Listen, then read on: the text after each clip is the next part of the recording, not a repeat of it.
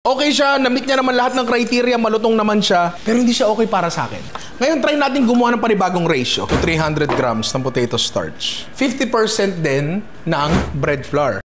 At ano daw?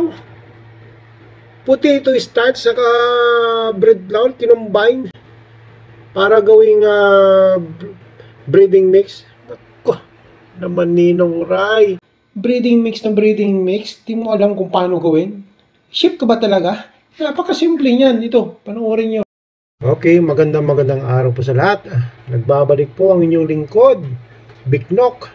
So ngayon meron tayong i-review kung sino man po yung nakapanood na ng video nito ni Ninong Ray.